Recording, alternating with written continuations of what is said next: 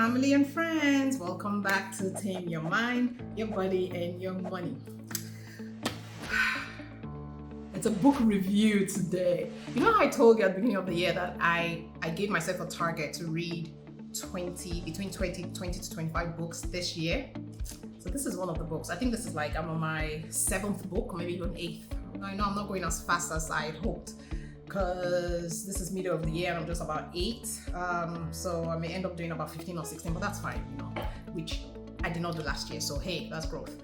But you see this book. So this is a book review I'm doing. Secrets of the Millionaire Mind. This book was so good that I'm reading it twice. This is the second time I am reading it. Actually, there's some books where I read twice, so let me give myself grace, okay? So this is the second time I'm reading this book, and it is such a game changer. I mean, there's so many books out there, guys, man. One of the regrets I have is in not starting to read voraciously as I'm doing right now, like years ago, like in my late 20s, 30s. I mean, I read, or maybe there's 1 or 2 books here and there, but not really seriously. But you see, this year, I am so intentional about it. And this, especially in this series of Taming Our Minds, Body, and Money, this is a fantastic book. So it's by Harv Eker. Go get it. And the one thing I would like to, I think the premise of this book really is just kind of like how it says mastering the inner game of wealth. So basically, how do rich people think? First of all, the fact that the rich get rich and the poor, and we're using these terms, we're generalizing, right? But just stick with me. That the difference between the rich and the poor, let's leave out the middle class, okay? The difference between the rich and the poor is all about the mindset. It's about their money mentality mindset. That's just what it is. It's not the fact that, yes, I know there's an element of luck or being at the right place at the right time and all of that, but it still boils down to the mindset and the mentality, right? Because if you tell yourself, right, that I'm always going to find opportunities in the market, I am a money magnet, do you understand? This is what I want. I'm prosperous. I attract prosperity and all that.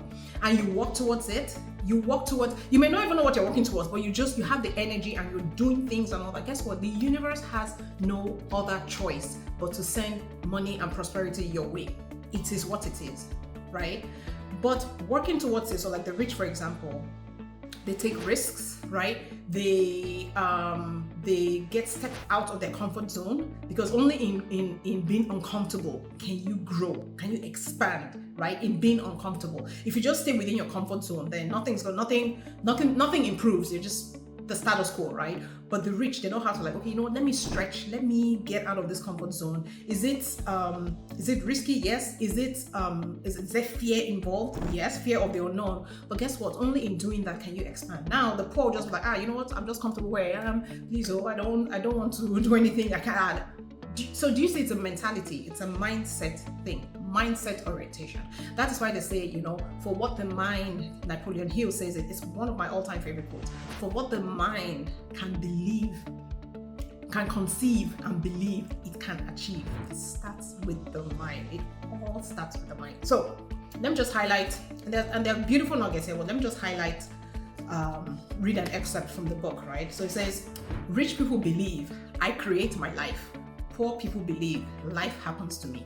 So you already see the difference. The rich says, no, I'm the architect of my own life, right? If I want something, I go get it. I walk towards it and all that. Poor people believe, no, life happens to me. This is the card I am dealt. Okay, I just take it as it is. It's just what it is.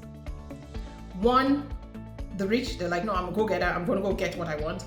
The poor is like, well, I just take whatever is handed to me, and then I'm just comfortable with that, and I'm okay. You see the difference in the mindset, right? So, and it says here that most victims, so first of all, they like to think of themselves, I'm a victim, right? I'm a victim of life circumstances and all of that. Most victims are professionals at the blame game. The object of this game is to see how many people and circumstances you can point your finger at without ever looking at yourself. So you're always pointing at someone, you're always blaming, someone, you're always, it's always due to someone's fault or some situation's fault or whatever it is, that's where you are where you are. It says victims blame the economy, they blame the government, they blame the stock market, they blame their broker, they blame the type of business, they blame their employer, they blame the employees, they blame their manager, they blame the head office, they blame their upline or their downline, they blame customer service, they blame the shipping department, they blame their partner, they blame their spouse, they blame God, and of course, they always blame their parents. Of course, parents, in short, my goodness, parents have suffered. They get the blame. It is always someone else or something else that is to blame. The problem is anything or anyone but them. So they're always pointing, oh yeah, this is why I'm in my condition. Oh, you know, all this many people, except them. Oh, they are not. Yeah, it's everyone else except themselves. Have you seen what kind of mentality that is? Number 2, justifying.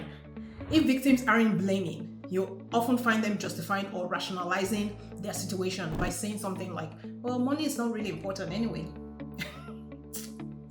The guy just said, oh my goodness. That anytime anyone comes to him and just says, well, money is not important, he says, he looks them square in the eye and says, let me guess, you're broke, right? Because it's only broke people that will say that money is not important. Are you kidding me? Money is not important. It is as important as, what do you think builds churches, mosques, synagogues, hospitals, schools? Is it love or is it the air that you're breathing? It is money, okay? You best believe it is important.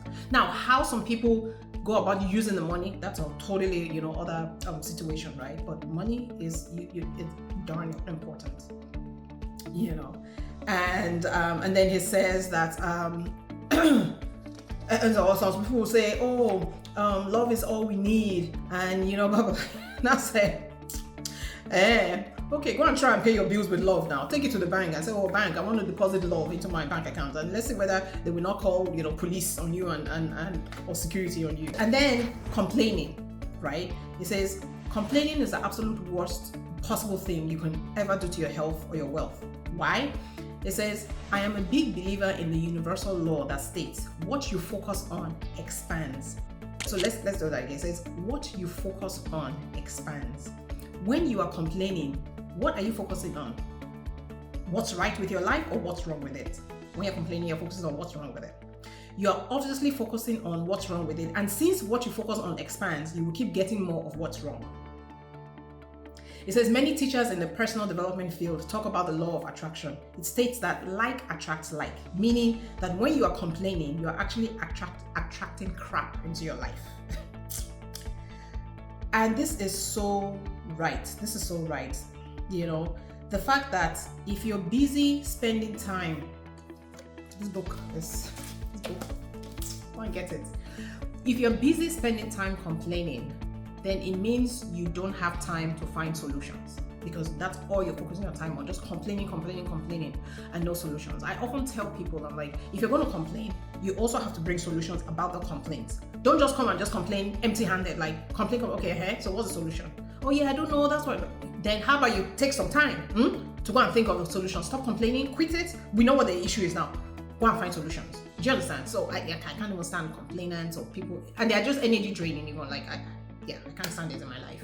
So number 1 is poor people. They play the blame game. They blame everyone else but themselves. Parents get such bad rap. Oh yeah, I won't be in this situation if my dad had only just done this when he was young and gotten us, a lot of money and all that. Or if my mom had just done blah, blah, blah. How about now that you are a discerning 30-something year old, 40-something year old, how about you go and get your own life?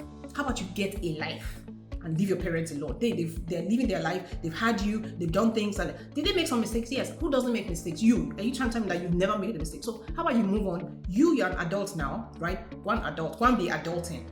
And let's see whether you think it is easy. So quit complaining, quit blaming, pointing fingers, and go and fix yourself. And start looking at your own horizon and how you want to make strides in your own life and leave other people out of it. Okay? So complaining, I don't want to hear that. I don't even have time for complainants in my life. Like seriously, I just put them in one bucket or yeah. Don't complain, bring solutions. Okay? Solutioning. What is the issue? You've identified it. What is the solution? 3 is just how you expand. Don't justify your poor situation. Oh yeah, money is not really important. It is not. Go and deposit broke at the bank, or go and deposit love in the bank, or feelings in the bank, and let's see what the bank will say. My friend, will you do whatever it is within your power to make sure that you have money? Money. When I say money can't buy happiness, no, it can. It definitely can, because it can provide you with the comforts, right, that you need to be able to do the things and bring out the best in you. Yes, Do some people now use the money or turn it around, to where they are now corrupt, or it then controls them? Yes, there's things like that, but that's like in the minority. The majority of people actually use this money for like good charitable work. You're able to provide scholarships to your community. You're able to like maybe go home to Nigeria and build schools, build hospitals, provide scholarship, healthcare and all that. You can't do that if you don't have money. It is not mouth that you just want to do it, or love or feelings, or no, that's not what it is.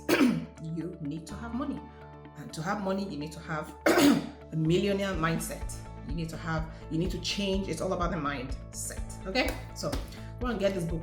They are not, no one, when I recommend all these books, they don't pay me and all that, but I just feel like if I have gained immensely from a book, especially in this my world of Tame Your Mind, Body and Money, I share it. Okay, this is a fantastic book.